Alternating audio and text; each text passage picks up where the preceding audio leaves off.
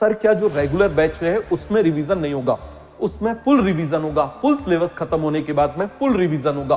Full syllabus खत्म होने के बाद में फुल रिवीजन होगा। एनसीईआरटी के बिल्कुल वो पॉइंट्स होंगे जहां से क्वेश्चन बनते हैं आप उनको मिस कर देते हो। हमारा ऑब्जेक्टिव है 360 में से 350 प्लस हर बच्चा पहुंचे। मैं खुद बोल रहा हूं, बायो में नंबर लाना कोई बड़ी बात नहीं है, कम टाइम में नंबर लाना बड़ी बात है। ये आपको सीखना है कि कम टाइम में आप कैसे जल्दी सॉल्व करोगे, कैसे अप्रोच रखोगे, कैसे रिवीजन करोगे, ये सारी चीजें आपको सिखाई जाएंगी। पावर बैच में क्या होगा तो जरा ध्यान से समझो। देखो, जनवरी में टेस्ट सीरीज शुरू होती है, हमारी भी टेस्ट सीरीज शुरू हुई है, लेकिन उस टेस्ट सीरीज के साथ में आपको क्या क्या चीजें मिलने वाली आप इस बात को समझो। आपको 6 डेज क्लास मिलेगी, ठीक है, 1.5 घंटे की आपको क्लास मिलेगी जिसमें आपको क्विक रिवीजन कराएंगे। देखिए, मैक्सिमम इंस्टीट्यूट की टेस्ट सीरीज स्टार्ट हो रही है, ठीक है, लेकिन उसके साथ में आपको रिवीजन नहीं मिल रहा। हम आपको बॉटनी जूलॉजी का रिवीजन कराएंगे, क्विक रिवीजन कराएंगे जिससे आप क्वेश्चंस कर सको, ठीक है। आपको हर संडे को टेस्ट मिलेगा और आपको अल्टरनेट संडे पर आपको एक और चीज मिलेगी कि आप अभी जो रेगुलर बैच में जो चल रहा है, जो टेस्ट चल रहे हैं वो आपको फ्री मिलेंगे। समझ में आ गया? तो 499 में सबसे पहले आपको रिवीजन मिलेगा। रिवीजन कैसे करते हैं वो सिखाएंगे, कहां से क्वेश्चन आते हैं, कैसे क्वेश्चन आते हैं आपको वो सिखाएंगे।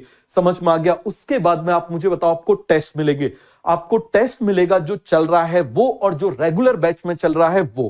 क्लियर हो गया? अब आपका क्वेश्चन है, सर क्या जो रेगुलर बैच है उसमें रिवीजन नहीं होगा? उसमें फुल रिवीजन होगा। फुल सिलेबस खत्म होने के बाद में फुल रिवीजन होगा।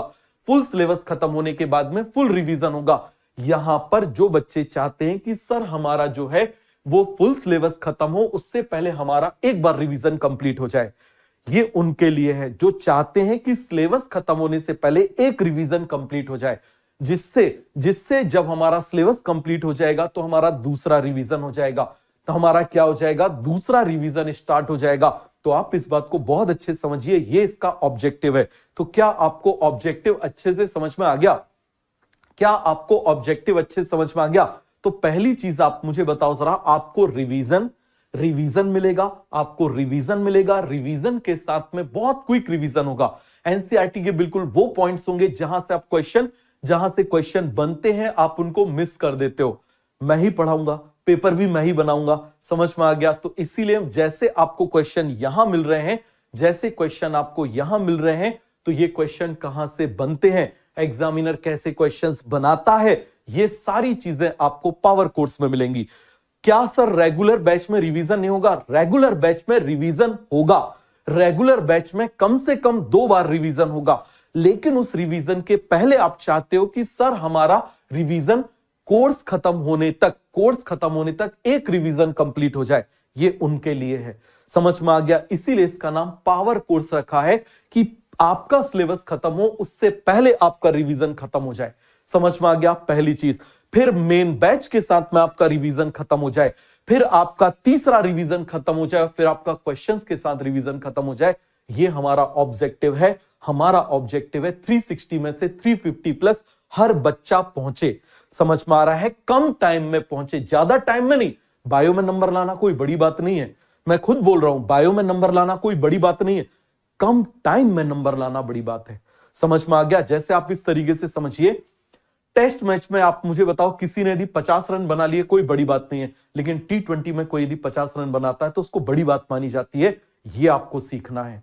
समझ में आ गया? ये आपको सीखना है कि कम टाइम में आप कैसे जल्दी सॉल्व करोगे, कैसे अप्रोच रखोगे, कैसे रिवीजन करोगे, ये सारी चीजें आपको सिखाई जाएंगी। समझ में आ गया? तो चलो ठीक है। आई होप आपके सारे डाउट्स क्लियर हो गए होंगे।